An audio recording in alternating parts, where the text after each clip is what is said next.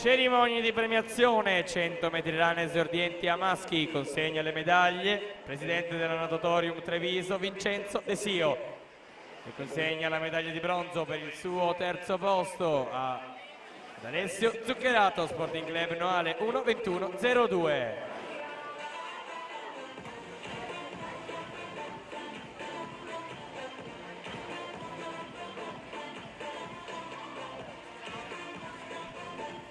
Ringraziamo sempre Vincenzo De Sio, presidente Natatorium Treviso, per la consegna delle medaglie. Andiamo a premiare anche la seconda posizione, medaglia d'argento per i colori dello stile libero con 1:19:99, Nicolò Solmi.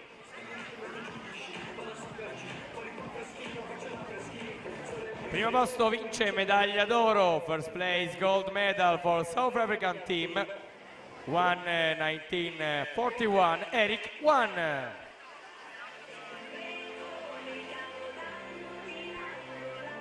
Serie numero 11 alla partenza.